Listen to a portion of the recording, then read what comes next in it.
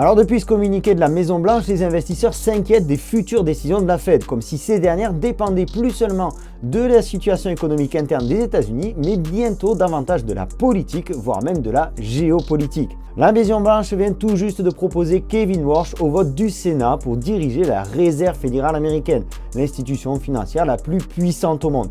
La Fed contrôle les taux d'intérêt et le taux d'intérêt influence absolument tout, les marchés financiers, l'immobilier et bien sûr les crypto-monnaies. Donald Trump met depuis longtemps une pression énorme sur Jerome Powell, l'actuel président de la Fed, pour que l'institution baisse ses taux. Son objectif est simple, stimuler l'économie, les marchés financiers et recouvrir la dette abyssale des États-Unis par une nouvelle dette beaucoup moins coûteuse.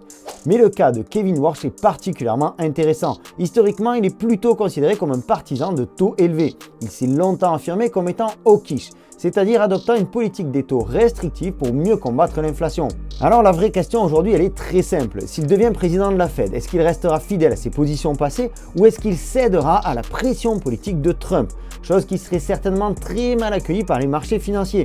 Si les tensions au Moyen-Orient, notamment autour de l'Iran, perdurent ou s'intensifient, l'économie mondiale pourrait entrer dans une zone d'incertitude. Et dans ces moments-là, la Fed peut être amenée à modifier totalement sa stratégie. Baisser les taux pour soutenir l'économie ou les maintenir élevés pour lutter contre l'inflation. Le choix sera certainement difficile, mais dans les deux cas, les investisseurs regarderont de très près si Trump parvient à imposer sa vision aux membres de la Fed, qui de son côté doit absolument conserver sa souveraineté. La passation de pouvoir entre Powell et son successeur est prévue pour début mai. Entre la politique américaine, les tensions internationales et les élections de mi-mandat du mois de novembre, les décisions de la Fed pourraient devenir l'un des plus gros catalyseurs pour les marchés financiers en 2026, et tout ceci y compris pour le milieu de la crypto-monnaie.